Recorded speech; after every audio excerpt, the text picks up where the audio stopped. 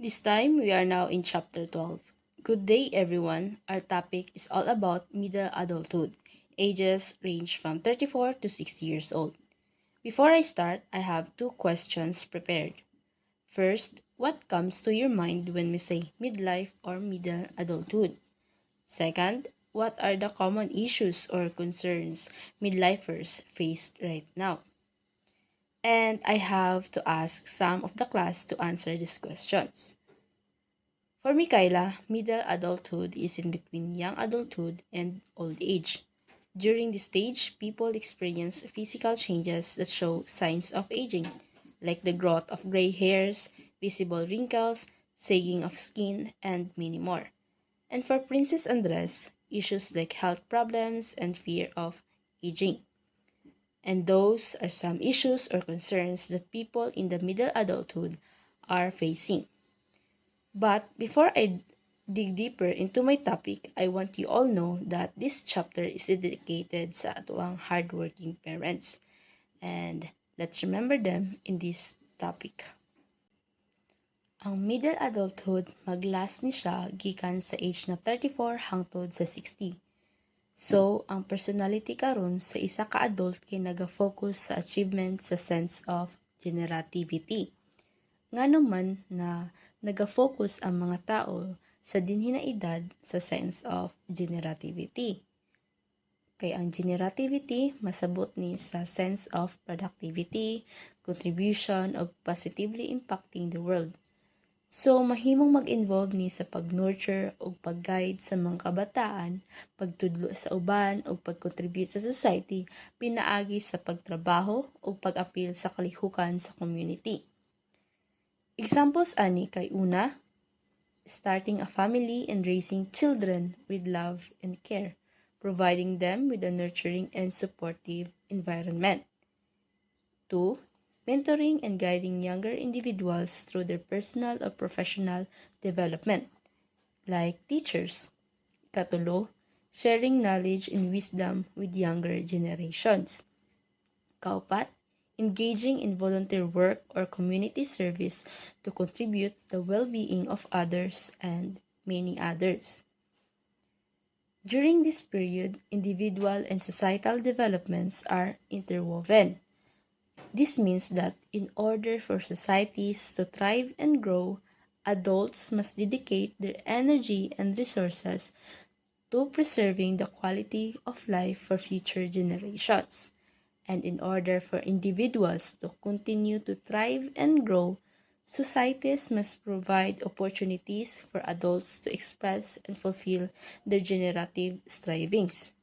Because middle adulthood covers a relatively long period, there are opportunities to review and revise one's commitments and goals along the way. Flexibility coupled with a good sense of humor and creative problem solving emerge in this stage as key coping strategies because people experience many transitions in their work and family roles during this time, encountering a widening circle of relationships and new responsibilities for the care and guidance of others. And adults rely their ability to gather and evaluate information to determine which choice is best for them and their loved ones. Objective 1. Analyze features of the world of work as a context for development, focusing on the interpersonal demands, authority relations, and demands for the acquisition of new skills. Managing a career. Work ang major context sa adult development. Kada tao nga naga-enter sa labor market kay naay occupational career. Bisan pa na kini nga career dili makita nga in order or progressive. Mahimong maglakip kini sa mga pagbag-o sa klase sa trabaho over time. Short or long-term exit from the labor market due to unemployment or family responsibilities. Naay nag-argue na as long as ang tao daw naga-effort para gamiton ihang skills ug talents, naa siya'y significant interactions between sa iyahang individual growth ug sa trabaho. Naay reciprocity ba between sa work experiences o individual growth. So, mag-expect na ta na that certain person with certain kinds of experiences, abilities, and values will enter certain kinds of work rules. Once those rules have been entered, the work environment and the kinds of activities that the person performs also influence intellectual, social, and value orientations. One's lifelong occupational career is a fluid structure of changing activities, ambitions, and sources of satisfactions. There are four themes in the management of a career. 1. Achieving new levels of competence. 2. Midlife career changes. 3. Balancing work and family life. And 4. The impact of joblessness. Achieving new levels of competence in the world of work. Middle adulthood brings new challenges, a reformulation of ambitions and goals, and new levels of competence in the workplace. Three areas are emphasized here as they relate to the interpersonal and cognitive components of career development.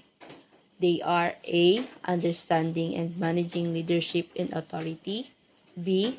Expanding interpersonal skills and relationships. C. Achieving new levels of mastery in critical skill areas. Leadership is a relationship among people because it involves the ability to work with and influence others to achieve common goals and positive change. Leaders is not something you do to others, and they are called relational leaders. Relational leaders act as the mentors for the employees and build and maintain healthy relationships within the organization. These relationships are the foundation of leadership and create value for the workplace. Leaders provide a sense of vision or direction. Giving direction allows for autonomy. By establishing direction instead of giving directions, leaders create more avenues for diverse thinking, creativity, and commitment. They will be afforded more time to focus on their way of getting things done and enjoy a healthier work environment. Example, if you want to be a great leader, loosen your grip on the reins. Show your employees the direction you want to go in and let them work their magic. That is how you execute great leadership. Leaders motivate the group to work towards achieving its vision. Sila ang ginatawag na transformational leader because they inspire positive changes in those who follow them. They are also focused on helping every member of the group succeed. Transformational leaders focus on helping members of the group support one another and provide them with the support, guidance, and inspiration to work hard, perform well, and stay loyal to the group. The primary goals of transformational leaders are to inspire growth, promote loyalty, and instill confidence in group members. Through the strength of their vision and personality, transformational leaders are able to inspire followers to change expectations, perceptions, and motivations to work toward common goals. Three components of interpersonal skills. First, self-presentation. Self-presentation is how a person introduces oneself to others and conveys openness to further interactions. Also, self-presentation is any action you take with the intent to influence how other people perceive of you. It's the way you interact with other people, how much you reveal about yourself, and whether you're presenting an honest view of who you really are. For example, if you meet someone new who's incredibly confident and outgoing, either you might present yourself as a similar type of person to feel more comfortable and welcome, or you might also present your normal, reserved self. depending on who the person is and the purpose of your meeting. Some situations may require a different presentation. 2. Social scanning. Social scanning is the ability to read the social cues in the situation. Social cues are how we communicate without using words. These cues involve facial expressions, how we move our bodies, tone of voice, physical proximity, and any other way we express ourselves outside of verbal communication. A singular expression of a social cue shouldn't be relied upon, but looking at the whole person while communicating can give many clues to their emotions, intent, reactions, and other valuable information.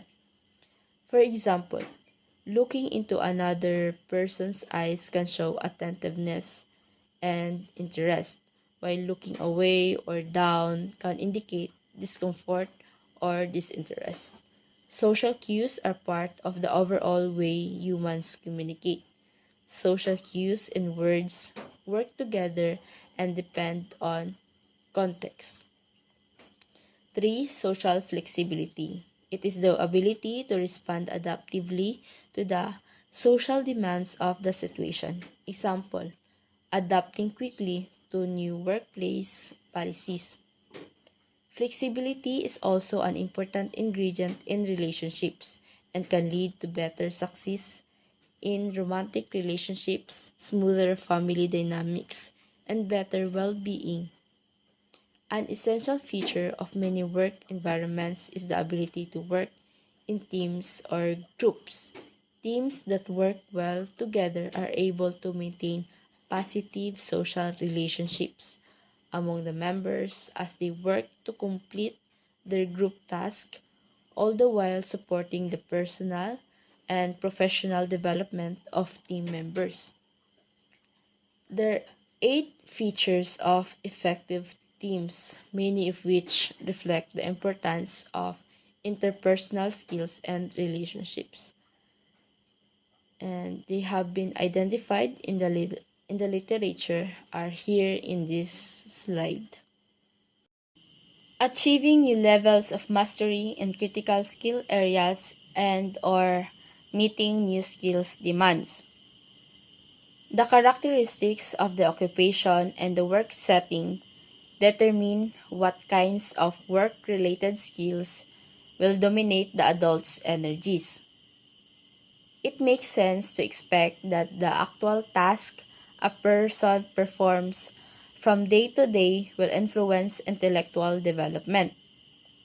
The idea that social structure influences personality through occupational demands was developed in some detail by Melvin Kohn.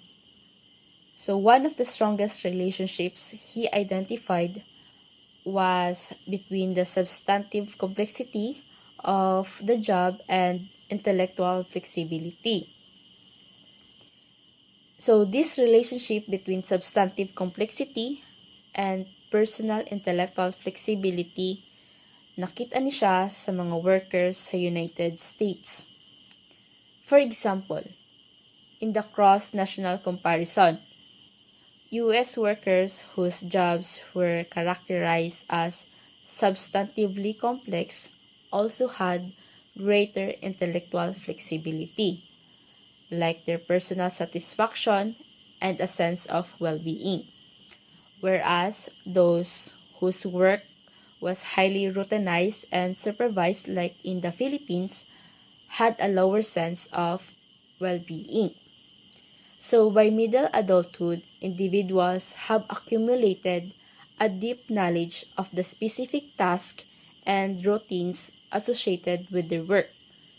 At the same time, they have either tried or observed a variety of problem-solving strategies. Thus, the challenge for the middle adult worker is to synthesize these two bodies of knowledge to create a flexible approach to emerging problems. Management of a career does not necessarily mean remaining within the same occupational structure throughout adult life. As today's working age labor force moves through middle adulthood from 34 to 60, the nature of the labor market is also changing to a more decentralized, fee-for-services model. So, as we can see in the PPT, there are 5 reasons during middle adulthood. First, some careers end during middle adulthood.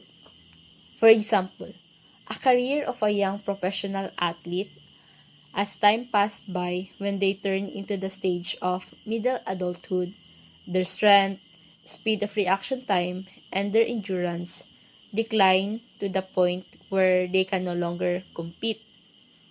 Second, some adults cannot resolve conflicts between job demands and personal goals. So with this, some workers recognize that the kinds of contributions they thought they could make in the workplace are simply not possible within the chosen work structure. So others feel like outsiders within their corporations. Third, realization that one has succeeded as much as possible in a given career. So with this, adults may realize that they will not be promoted further or that changing technology has made their expertise obsolete or karaan na. Consequently, they may decide to retrain for new kinds of work or return to school to move in new career directions. Fourth, family transitions may prompt career changes.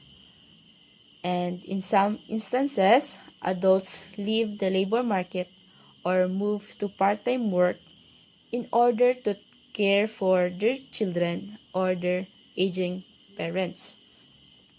Fifth, with the restructuring of the workforce, some workers are laid off and cannot be rehired in the same field. So with this, they have to retrain for a new line of work or for similar work in a new industry.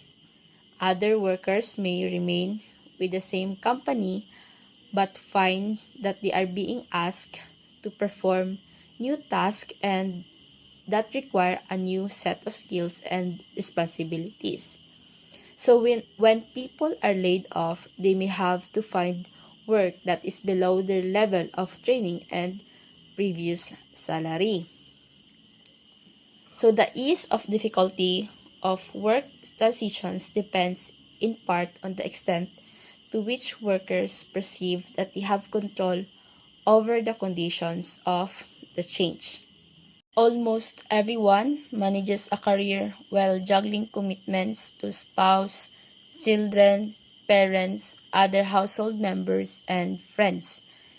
A decision to assume more authority, work longer hours, accept an offer with another company, quit a job, accept a transfer to a new location, or start up one's own business will touch the lives of other household and family members.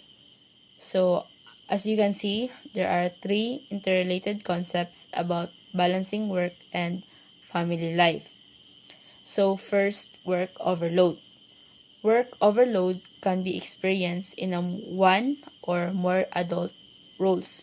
For example, a parent with 3 children ages from 8, 15, and 20 may find that the demands of getting the children ready for school, attending functions at 3 different schools, and trying to be emotionally available for the problem of the day are exhausting for them.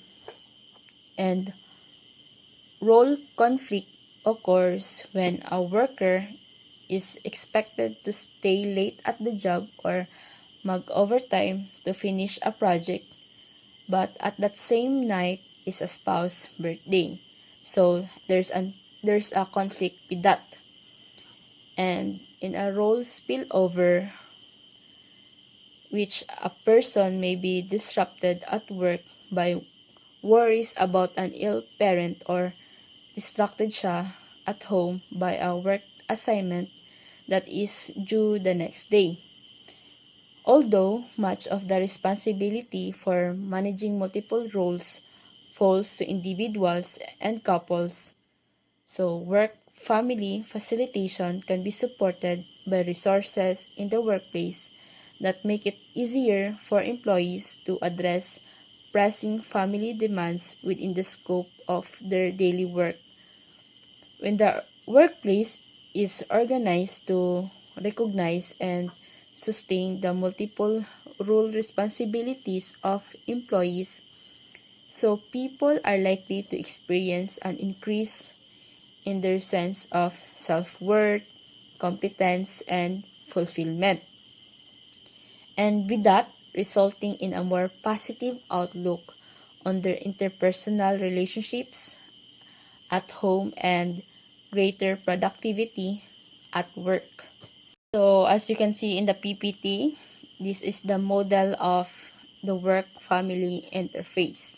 Even though the workplace can be a major source of stress, joblessness can be even more disruptive to personal mental health and family functioning. Unemployment in middle adulthood has a major psychological impact on an individual's sense of self-worth and hope for the future. So, among middle-aged workers, job loss is associated with material deprivation, disruption in family life, and increases in marital conflict. Children and spouses are commonly acutely involved in the effects of job loss on a middle-aged parent, and often the entire family experiences new feelings of alienation from the social institutions as a result of that experience. So, depression is a common consequence, and associated family strains may also lead to new levels of conflict and family violence. Social support, especially family strengths and marital satisfaction, are important buffers for the negative effects of unemployment.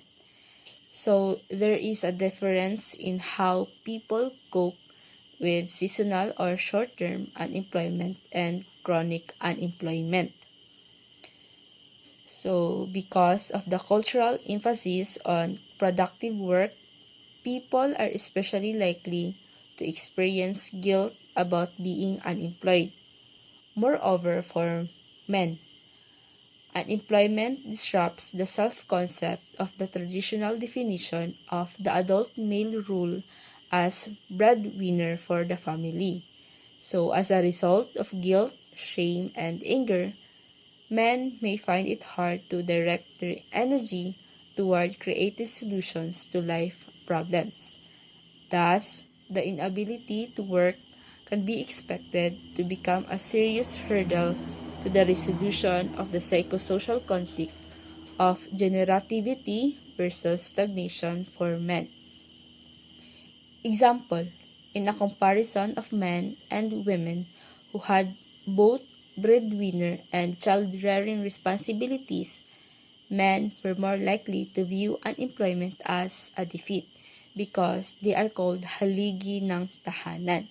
Society expects them to provide the needs for their family, whereas the women were more likely to view unemployment as an opportunity to take care of their children and make time with them, as they are called ilaw ng tahanan. The threats of job loss and job insecurity can create stress for those who remain unemployed, as well as for those who become employed. Objective 2. Define the concept of a vital, intimate relationship and examine factors that support this goal in middle adulthood, especially a commitment to growth, effective communication, creative use of conflict, and preserving passion. Although People derive a significant sense of personal identity from their jobs and may worry a lot about them. Happiness in an intimate relationship is a stronger predictor of overall well-being in adulthood than is satisfaction with work. Marriage and other long-term intimate bonds are salient or important dynamic relationships.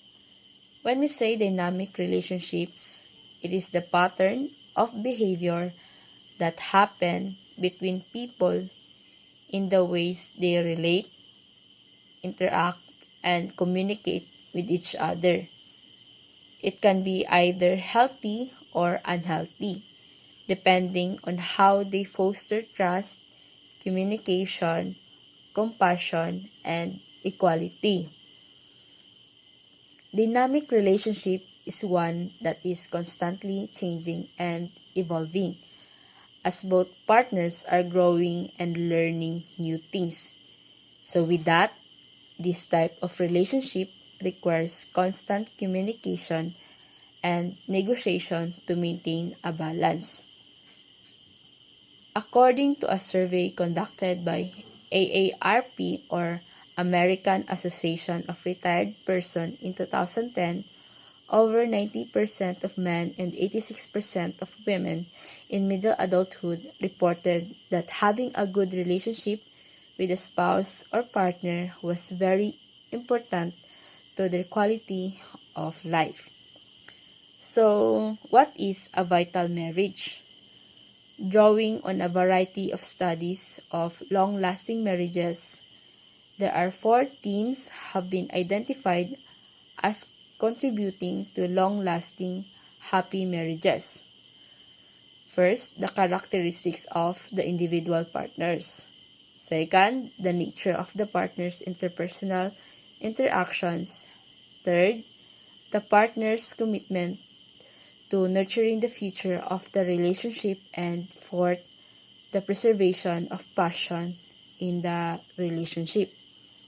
First, let's talk about the characteristics of the individual partners. Example, building healthy relationships with partners. It improves each other's mood, mental health, and well-being. Maintaining them is important, really important. It takes time and commitment. No relationship is perfect, but it is important that it brings you more happiness than stress. Second, the nature of the partner's interpersonal interactions. Interpersonal relationships involving romantic partners are generally the most intimate ones, both emotionally and physically. So, a healthy interpersonal relationship with a romantic partner is based on deep bonding, passion, trust, respect, and admiration. As a romantic partner often turns out to be the significant other, they both share the rest of their lives with each other.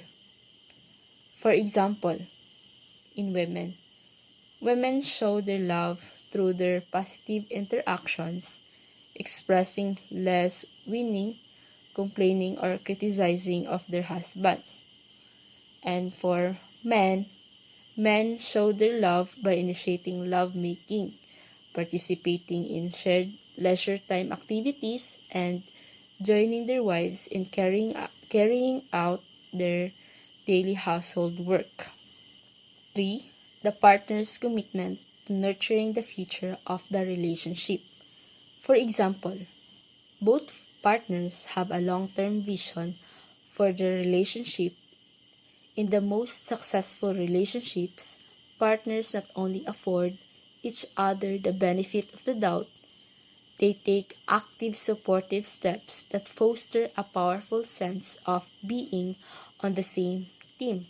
So, maintained over the long term, research shows that connection provides individuals a solid emotional base for pursuing their dreams and for bouncing back quickly when they encounter setbacks.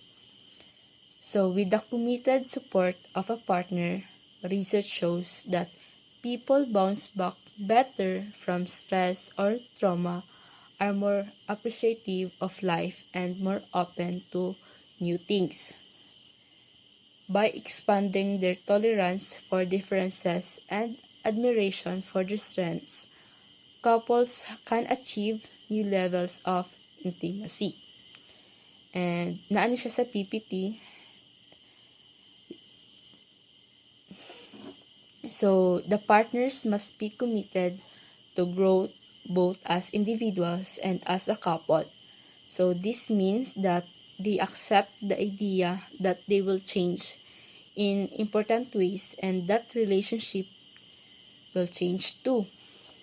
So, a vital marriage requires both partners to be open to the need to be themselves as they continue to discover new dimensions of self and an energizing interpersonal chemistry that is resilient even in the face of the harshest challenges. Partners in an enduring relationship repeatedly act in ways that take into account their own interest and the well-being of their partner. The fourth and the last, the preservation of passion in the relationship. Preserving an erotic and sexual aspect to intimacy continues to play a role in fostering long-term intimate relationships throughout adulthood. So, relationship satisfaction is associated with openness about sexual needs, satisfaction with sexual frequency, and experiencing a playful enjoyment of sexual pleasure. So, by this means, coping with the physiological changes in sexual responsiveness that accompany aging and finding new ways to enjoy sexual contact in the context of parenting demands, chronic illness or disability, or other stressful life events that interfere with one's sexual interest. So, results of a recent AARP or American Association of Retired Persons survey found that having a satisfying sexual relationship was somewhat more important to men than to women in middle adulthood. However, for both men and women, those who had a satisfying sexual relationship had a higher life satisfaction than those who did not. Nurturing vitality in an intimate relationship throughout adulthood is a long-term challenge. Strive to create continued interest, nurturance, and appreciation for each other even after they have achieved high levels of security, trust, and empathy, so that the components of a loving relationship operate continuously in the relationship. At the same time, they have to encourage and support one another's continuing growth as individuals. The significance of this task is relevant for the ongoing nature of the relationship and the social support it provides as the couple enters later life. The quality of the parents' marital relationship during middle adulthood has significant consequences for the well-being of children in the family and provides a context for the children's emerging understanding of intimacy and marital rules. So, parenting, it takes two people. That's why it has parenting alliance para ma-meet up ang goals sa parenting. Parenting is composed of a parent development and the child development. So that's why it is considered as at kumbaga parang teamwork ng child and ng parent for them to create a bond and also for them to grow. And diba sa stage nga ni Erik Erikson, each individual has the psychosocial crisis, and parenting also helps in overcoming these crisis, like overcoming crisis kasi a good parenting can help a child develop its intellect, emotional, and physical na domains. Also, parenting is important para ma-nurture yung child as they are, and diba kasi nga nature versus nurture. So if the parenting skill is good, then the child will more likely to grow up as a good child then. But if the child is in the negative side, so apparently the child will grow negatively, like sa attitude niya, sa personality, sa behavior, like that. Also, the parenting helps the children to strengthen their core pathologies. So, in Parenting Alliance, it is a way to capture the importance of the working relationship between the partners as they engage in parenting behaviors. Defined as the capacity of a spouse to acknowledge, respect, and value the parenting rules and tasks of the partner. So, Parenting Alliance, it takes a two-person, like the mother and the father. Thus, yung parenting is not just about the mother and the father, but also the child din. Fathering. So in fathering, we all know na father are the sandigan ng tahanan. They are the post of the homes. They have the greater task as well as the mothers in parenting too. But most of the time, they are somehow parang hindi man siya neglected, but somehow nakakalimutan din na when it says na parent, it should be two, father and mother. But most of the time in researches, it only attains to mother pag sinabing parent. So the role of the father is sila yung nagdidiscipline sa mga bata, sa mga children nila, and they also learn some specific lessons from their home, like the patience and communication necessary to be an effective parent. Kasi most of the time, wala sila sa bahay because they provide, they make money, and they are the ones who gives the financial support for the family. And some families, they don't have a father kasi nga because of the broken family na mga issues, pwede rin yung divorce or teenage pregnancy that happens here in the Philippines, diba? So, when this happens, we have this co-parenting in which the parents, the mother and the father, are not in such intimate relationship, but somehow they just continue their relationship for the sake of their children or the child. Like, kasi diba yung father, their role in a family is to give a financial support. Kasi somehow they just like that lang yung ginagawa nila. And because of that, the purpose of the co-parenting is to secure and to acknowledge the financial support of the father to the child or the children. Developmental stages of families. Number 1, the years when children are in early and middle childhood. 2, the years when children are adolescents. 3, the years when children are adults. And 4, grandparenthood. The years when children are in early and middle childhood. So, this stage, diba, school-age children tap parents' resources for ideas about things to do, places to go, and friends to meet.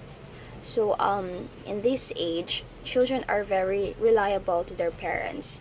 The parents would provide the resources they need for their children to grow properly, like they enroll them in music classes, so mga schools na privileged schools, mga good quality education, mga ganon. Then, parenting during this period has the potential for boosting an adult's sense of pride in the skills and knowledge already accumulated. So, kumbaga, in these years ng parenting, they are helping their children to grow and foster to be a better adolescents in the next stage, diba? To be a better adult, kumbaga, or a better individual for the past next years of their lives. Throughout these years, the role of the parents, they guide their children, sa journey nila. They don't really point out kung ano ba talaga yung dapat gawin, like that. But the guidance is really needed at this age of the children kasi they tap in for the resources nga, diba, sa parents nila. And as a parent, they would really do their job for their children to grow a better individual. Number 2, the years when children are adolescents. Parents tend to view the years of their children's adolescence as extremely trying. Kasi nga, diba, at these years natin, we the teens, we'd like to have our own time, have our own pace. Kasi nga, gusto natin ng fun. We just wanted to do things on our own. We want independence. Yun. So, we never noticed na our parents are really trying and struggling on how to make our wants be possible. Kasi some parents are not able to give the wants of their children, but somehow, yung mga needs lang. Yung iba nga, hindi nga nila mabigay yung needs ng children nila kasi nga, they lack of resources. They lack of financial support na rin. So in these years, in the adolescent years, parents are really trying their best to be a better individual na rin para sa kanilang children kasi if we really want to be independent, we have to balance our time. We have to balance our wants and needs. So, this part, kailangan pa rin natin ng guidance ng parents natin, but somehow we forgot that. And also, in this stage, hindi lang yung children din ang nagkakaroon ng development, but also the parents. They can somehow clarify their own values here sa stage na to. They can begin building new parent-child relationships that will carry them and their emerging adult children into later adulthood. 3. The years when children are adults. The period during which children make their own transitions into adulthood results in new patterns of interaction between parents and children and in new opportunities for the middle adult parents. Family roles change during this time. Most women enter menopause during this period, bringing it close to the couple's natural childbearing years. The relationship between the parents also changes as parenting activities diminish. So, at these years na sa ating life as an individual, as humans, ito na yung time na we really are independent na. We have our own independence na. Kasi nga, we have our own job na. We stand on our own feet. We can support ourselves financially kasi we have works, we have job. We can find our own resources without the help of our parents. And it says, diba, the relationship between the parents also changes as parenting activities diminish. So, kasi nga malayo na tayo sa parents natin kasi we have our independence. So, yun, we somehow don't have any intimate activities sa parents. And also sa last part na discuss yung mga things na dapat ginagawa natin sa parents natin even though we are in the adulthood na. Grandparenthood. The time when an adult witnesses the birth of a new generation might be considered the beginning of an additional stage in family development. With grandparenthood, adults begin to observe their children as parents. As people reflect on their own roles 20 to 30 years earlier, they may attribute some of their children's successes to their own parenting techniques and may take responsibility for some of the failures too. So grandparenthood, here in a culture in our Philippines, diba, we have this tinatawag na compound family in which we still have our grandparents with us. Unlike sa Western, diba, they separate with their grandparents kay, yun nga, they have their independence, chuchu.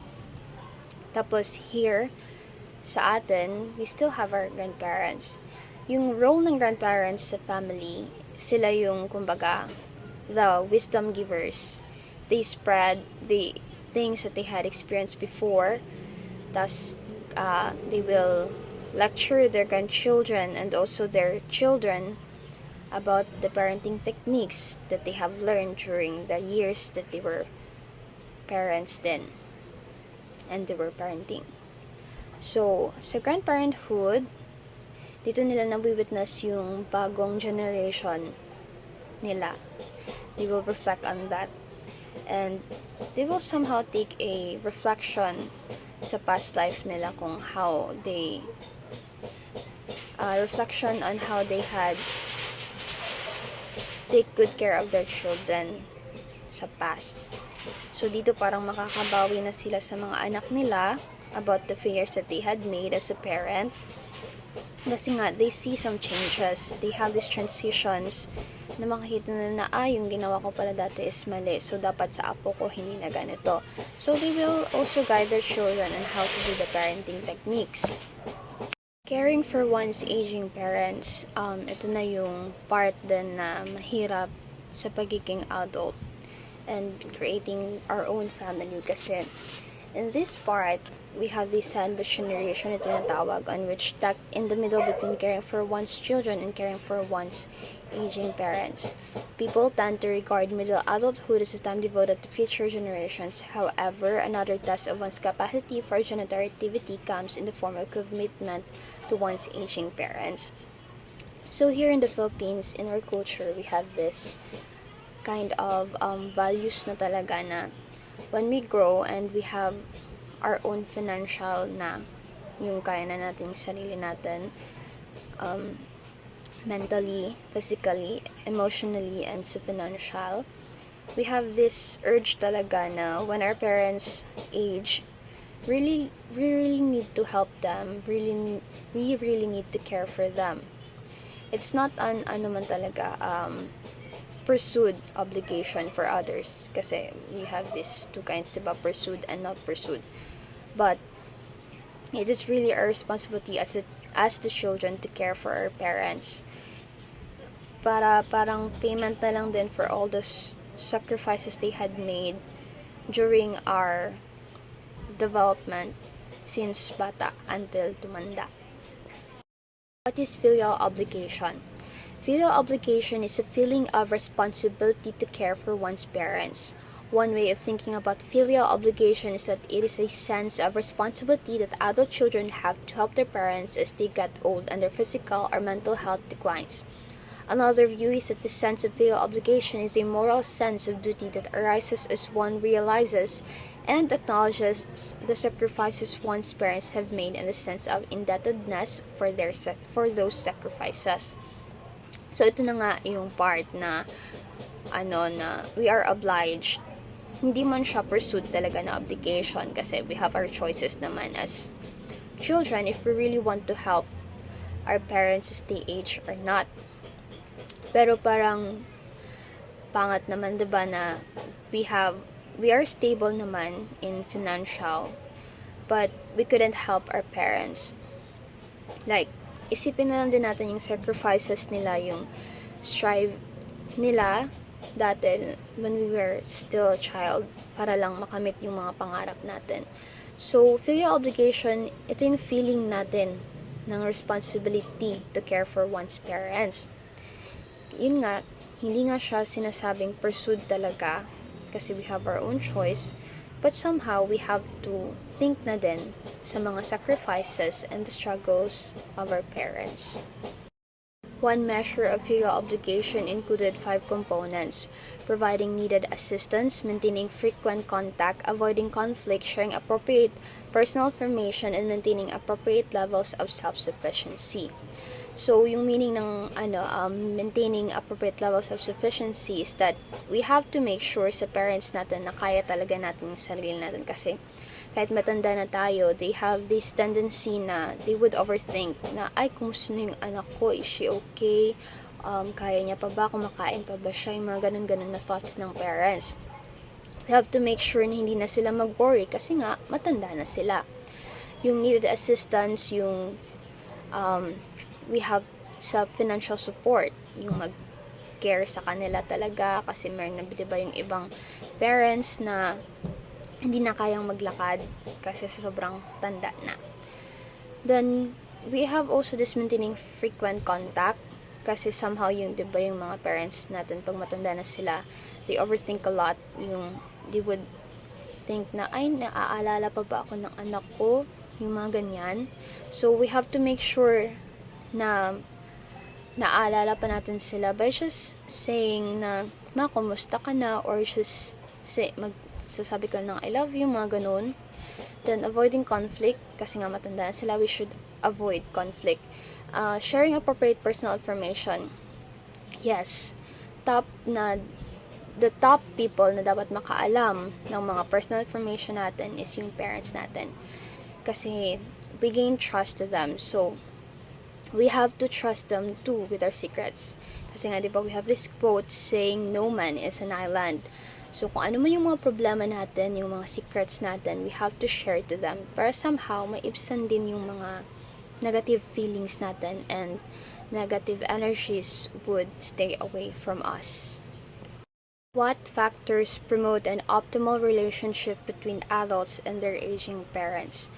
So, the nature of the continuing relationship between adult children and their aging parents is not focused solely on caregiving.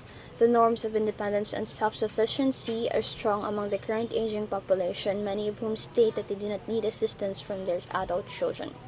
However, the relationship of adults and their aging parents has a history. For some, this history is one of positive attachment, mutual positive regard, and experiences in which parents skillfully balance autonomy granting and closeness to create a family environment in which the children could emerge with the resources needed to form a strong personal identity. Here, the factors na, diba? Sinasabi dito na yung nature of continuing relationship between adult and children, hindi lang siya nakafocus sa caregiving but also sa self-sufficiency and independence na rin ng both parents and ng children. Kasi nga yung parenting, both naman na parents and both na children nakaka-benefit dito. Especially yung parents din kasi makikita nila yung self nila from their children. They would see how they grew just like their children grew. Tapos, ituturo nila yung independence sa mga anak nila sa pamamagitan ng pagpapakita ng self-sufficiency nila na kaya talaga nila.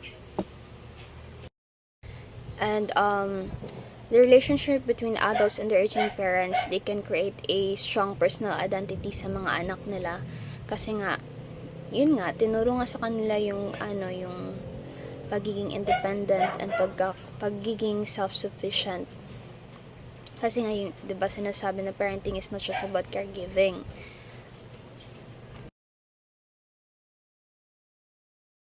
Term that describes an entity that is created by people for a particular style of living. Households are bounded units that pool their resources, earn and spend money, interact with the labor market, and engage in social interaction with their neighbors. The household is not only a physical setting but also a shared psychological context for a group of people. So, yung household is para siyang treasure box ng family. Kasi dyan nakalagay yung mga earnings, yung mga dyan din nakabase yung living lifestyle, yung mga ganyan. And also, hindi lang siya parang physical setting kasi nga nakasabi dito, it is also a psychological context for a group of people. This is where you also grow up. This is where you develop your psychological development and your cognitive skills then. Also, household serves our first school, as this is where we first learn everything that we need in order for us to survive the troubles of the world. Management of the household refers to all the planning, problem solving, and activities adults undertake in order to take care of themselves and others who are entrusted to their care. The household system is the potential for providing an environment that facilitates human growth and mental health. So, diba, as I said earlier, household, dito nanggagaling yung treasures natin, and this is where our first experiences happened. Kasi that was our first school, our household. That is our first school, our household.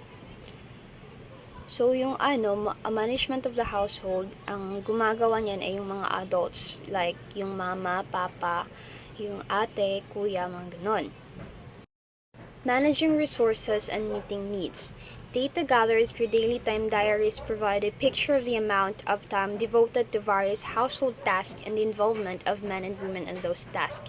These data help clarify the diversity of household tasks, the amount of time devoted to those tasks, and the way the division of labor between men and women is played out in the management of the household. So in this phase, in this part, it is where we can see na how diverse it is, the amount of time and the task that is given to men and women. We can see ka na sa household, mas marami yung task ng babae kaysa lalaki. And the difference, yung the only thing na mas malaki na ginagawa ng lalaki is yung lawn and garden care. While most of the house chores and the household tasks ay nakalaan sa babae. Building networks and coalitions. One of the most difficult and subtle kinds of new learning that occurs during middle adulthood is the development of understanding of how the structures of other organizations affect one's life and the lives of family members. These other organizations may include 1. Members of the extended family, examples, one's in-laws, 2. Other families, 3. Business or work-related associations, and 4. Religious groups, 5. Educational groups, and 6. Community groups. Remarriage is not just about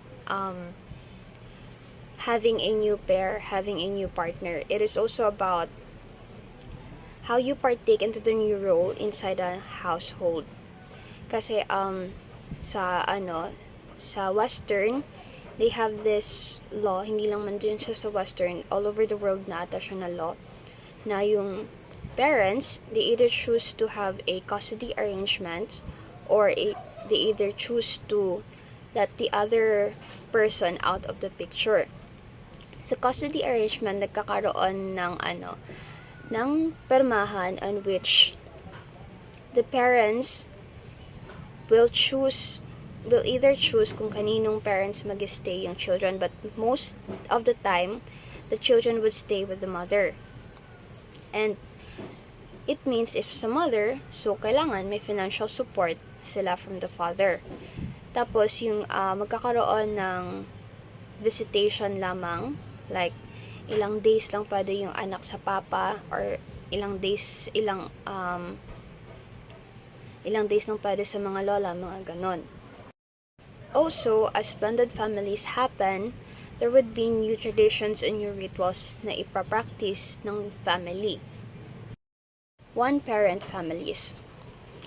Here in the Philippines, this mostly happens if a woman in her teenage life had become pregnant. Kasi nga 'di ba yung pagbubuntis niyan nung teenage pa siya is unsure.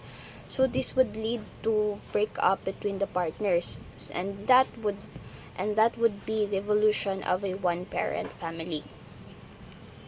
Mostly one-parent families happen sa mga babae. They choose to live alone with their children to avoid the conflict from the paternal side. And one-parent families had the greatest risk of all, kasi single mothers tend to have a lower earning capacity, they work fewer hours, and even when they receive some support from the child's father, they bear a substantial portion of their children's expenses. And the great stressor for single mothers is the lack of financial resources. Yun nga, kasi in addition to stress associated with poverty, single parents may suffer from social isolation, continuous pressure to meet the needs of their children, and experiencing overload in trying to combine work, parenting, and household decision making without a partner. And usually, yung mga bata sa ganitong setting ng family, they usually had the lack of everything. The financial, the emotional, the physical support. Tapos, this would lead to yung yung psychological health din nila is not good at all, yung mga bata sa ganitong setting ng family. Kasi nga, isang parent lang yung nag-guide sa kanila, and usually, wala pa yung parent na yun kasi nga naghahanap buhay para ma-survive nila yung life. Children on one-parent families, sila yung mas nakaka-feel ng pressure ng poverty. Sila yung mas napupush through sa poverty and compared sa mga children with both parents are present. People who live alone may not feel the need to engage in elaborate planning and evaluation when they are the only ones who will be immediately affected by their choices. Therefore, they may be freer to decide spontaneously as each opportunity presents itself. So, the people who live alone, they are free to choose what they want in life. Kasi nga, they don't have any responsibilities with other people. They are responsible for their own choices in life. Yun lang yung responsibility nila sa life nila. And they don't have this great pressure to care to someone unless they want to care for their parents. In summary, the developmental task of household management draws on many leadership skills in order to build a home environment that is comfortable, adaptive to changing demands, and responsive to the needs and goals of those who live together. So, yun. Household management, it builds leadership kasi you have to learn how to handle things inside the household muna before you would present yourself sa society. For you to become a better person and for you to become a better follower and leader sa others. Kasi iba yung life outside the household and inside the household. Inside the household, you know better everyone. But on the outside, you are going to meet strangers whom na hindi mo pa kilala yung personality nila and yung behavior nila. So, good morning, good evening, or good afternoon, everyone. I am Sanchez, and I am going to report the objective number 5 during the middle adulthood, which is the psychosocial crisis, degenerativity, and stagnation. So, first, let's tackle about the generativity. So, generativity is formed as a result of experiences of maintaining the world, nurturing, and being concerned and caring. So, during this stage, di ba, parang, like, nagkakapamilya ng isang tao, nagkakatrabaho na. So, you'll think about not just for yourself, parang, hindi mo lang iniisip yung sarili mo, bagkus iniisip mo rin kung paano mo matutulungan yung ibang tao.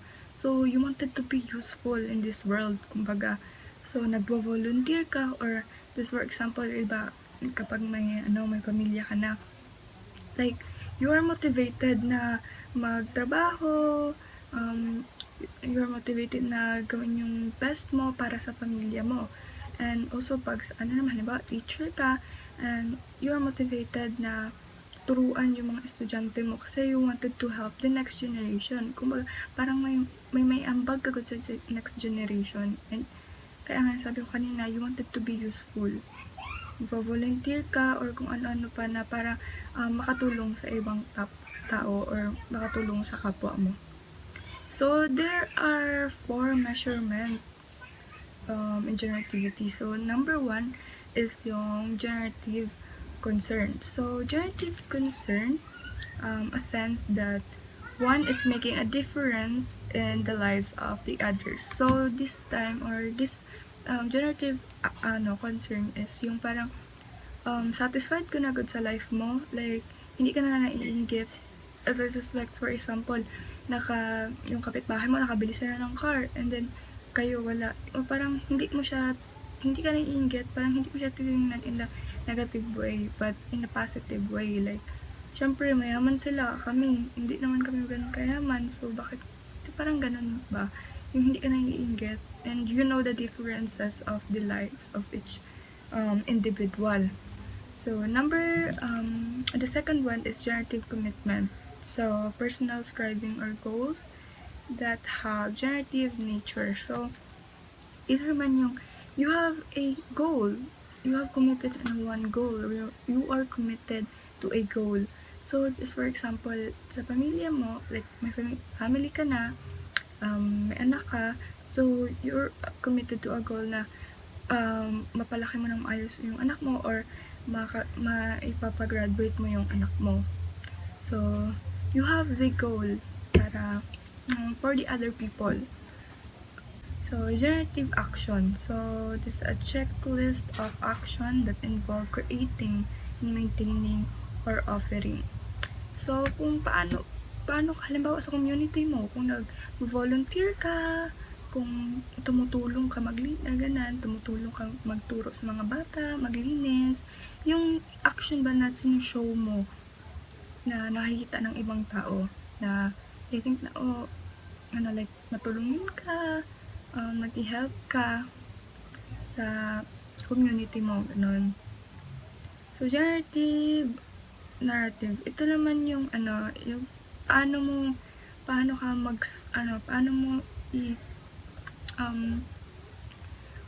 mo like parang i-report yung buhay mo, and like malaman mo naman talaga yan, diba? Halimbawa, if happily living ka, ganyan, like, ako ganito, I'm happy with my life, I wanted to help those people na nangangailangan ng tulong, ganon. So, the next one is, meron din tayong ditong generative status was described as fitting into one of 5 types. So, merong 5 types. So, yun ay generative, and pseudo-generative, agentic, communal, conventional, and stagnant. So, first is generative. So, generative is the vital involvement growth for self and others, and tolerate for a whole range of ideas.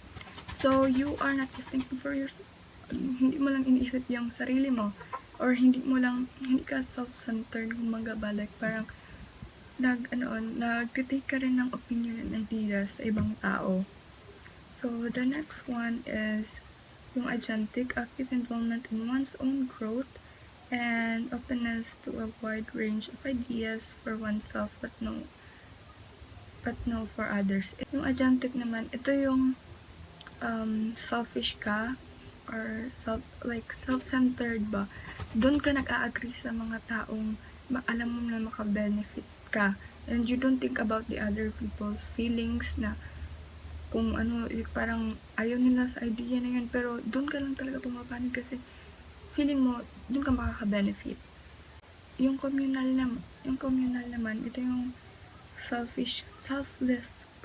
Yung communal naman, ito yung selfless ka. Yung binibigyan mo yung ibang tao ng opportunities ba, yung kahit na alam mo kung ano dapat mong gawin, kahit na may mga ideas ka, nikip mo na lang yun sa'yo kasi gusto mo na ibigay na naman sa iba yung yung opportunity na yon. So, dito naman sa conventional, active involvement in growth for oneself and others, but low tolerance for different ideas and values. Ang conventional, ito yung nurturant ka ba? Yung, halimbawa may idea ka, tapos, like, parang yung idea mo na yon ay hindi lang para sa'yo, kundi para sa ibang tao din. So, meron din yung isang tao na nag-share ang idea na alam mo naman na maka-benefit ka doon, then yung other people can also benefit from it. Pero, parang ayaw mo mag-accept ng other ideas ba, na parang ayaw mo ng maraming ideas, gusto mo yun na mag-stick ka na doon. Dahil alam mo naman na kasi alam mo na maka-benefit ka, maka-benefit yung iba. So, pag may naka-state na ka nun na idea, dun ka na mag-stick kahit na may ideas pa na iba, hindi mo na pakapakinggan yun. So, ito naman yung meron sa next is stagnant, low involvement in growth for oneself and others, and low tolerance for different ideas. Ito naman yung wala na talaga, yung wala ka nang pakialam, God, kung tama ba yun o mali. Basta yun na yun. Wala na. Ganun. So, next one. So, let's proceed sa stagnation. So, stagnation, an absence of investment in the growth of self or others, and the rejection of ideas and values that differ from one's own. So, during the stagnation, dito yung time na parang wala ka lang ginagawa, parang worthless ka ba? Hindi mo din-develop yung skills mo, wala ka nang ginagawa, parang ano din siya dito, like parang self-centered na tao, or parang self-serving na tao. Kung ano yun lang yung gusto niyang gawin, yun lang yun, wala siyang pakialam sa mga opinion ng ibang tao. And yun, parang yung personal satisfaction niya lang good yung iniisip niya. Ganun. So, narcissistic, stagnation people, belong sila sa, or it's either narcissistic sila or chronically depressed na tao. So, the narcissistic adult, they are self-serving and defensive, expanding energy to accumulate wealth and possessions. So, yung mga narcissistic people, parang sabi ko nila, self-serving, yung parang kung saan sila makaka-benefit, doon sila. Kung saan sa tingin nila na may makukuha sila, doon sila. Tapos, wala silang pakialam sa ibang tao, kung may masaktan man ibang tao. Basta, kung sa feeling nila, doon sila makakakuha ng maraming pera, or doon sila benefit ng sobra-sobra, doon sila. Next is chronically depressed.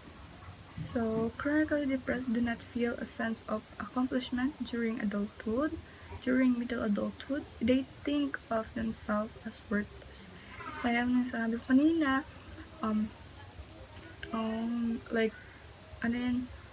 they feel that they are worthless. Tapos parang, kahit may mga yung little achievement, God, diba, mostly naman kapag may little achievement, parang masaya tayo. Sa kanila wala, parang they don't feel anything at all. Parang wala na silang ganang mag-grow. Ganun. But chronically depressed is, hindi siya severe na depression. Mostly 2 years, nagtatagal siya ng 2 years. Ganyan. So, the central process. So, the central process is the person, environment, interaction, and creativity. So, person, environment, interaction, potential reciprocal influence between individual settings. So, di ba, nakaka-influence naman di ba talaga sa atin yung environment natin. Halimbawa, yung environment natin is full of positivity. So, parang tayo din na, we're also a positive person kasi nga, we're surrounded by those people na positive lang sa life, and parang, they see life as a blessing, ganun. Siyempre, ikaw din, ma-adapt mo yun, diba? So, if you are interacting to those positive people, you may also be a positive person. Diba? So, creativity. So, adult impose a new perspective on the organization, expressions, or formulation of ideas. So, ito yung paano ka gumalaw, ano yung performance mo sa community, as a parent, as a professional, ganun. So, if dito sa person, environment, interaction, the other people will influence you. But dito naman sa creativity na you are influencing the other people too. You can also influence other people, diba? If you're a positive person, if you do volunteering, if you do your work, like nag-work ka ng, if you do your work at your very best, syempre like parang ano din, mamotivate din yung ibang tao na nasa paligid mo, diba? So parang vice versa lang. You can adapt positivity to others, and others also can adapt positivity to you. So then the prime adaptive ego quality and the core pathology. So during this stage, the prime adaptive ego is care. So care, a widening commitment to take care of the person, the products and the ideas of one has learned to care for. Ito na yung ano na paano mo alagaan yung ibang tao or yung sarili mo or yung ideas na natitake mo or yung mga products na handle mo. So ito yung ano na you are thinking on how you should parang paano mo siya alagaan ba, kung paano mo pahalagahan yung isang tao, paano mo pahalagahan yung mga ideas nila, ganon. How you will take care of the things that nandyan sa'yo.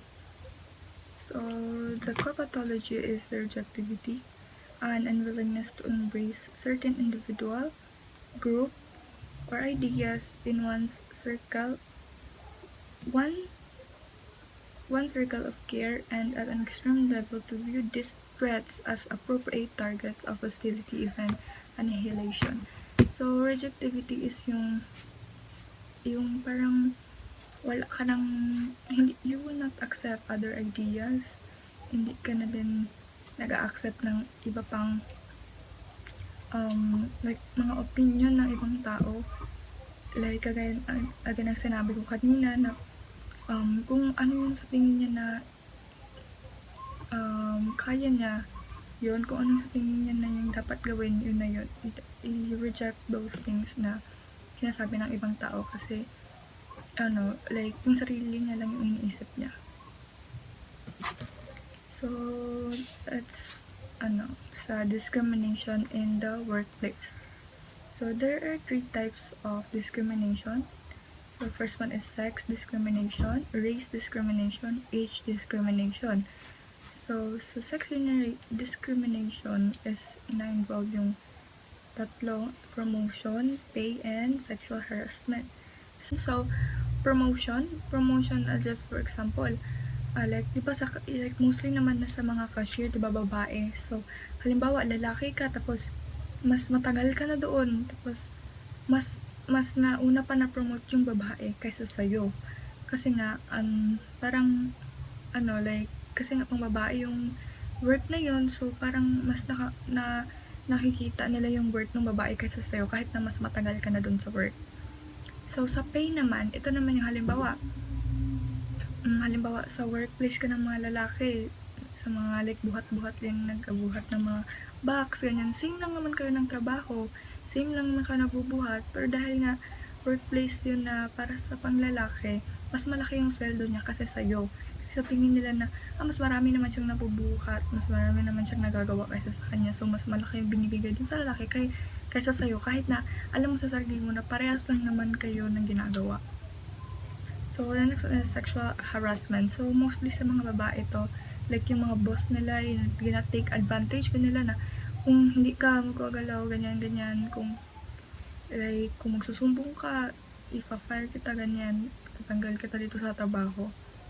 So the next is race discrimination. So sa Pilipinas wala namang race ba, ethnic group, ethnic group, diba? So race discrimination mostly sa western country, halimbawa yung Black American. So diba maraming races sa America, like parang talaga, like mas may advantages talaga, or parang mas nilook up nila yung mga white people or white American kaysa sa Black American. So the next is age discrimination. Age discrimination, maybe like parang mag-apply ka god, like kung matanda ka na, hindi ka nila kukunin kasi feeling alay, iniisip na lang malapit naman yan mag-retire, bakit pa natin kukunin? Or yung mga bata pa, like fresh graduate, di ba ganyan? Like, wala pang experience na, hindi natin yan kukunin. Ganun.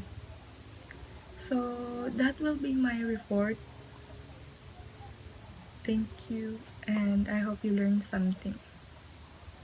Bye.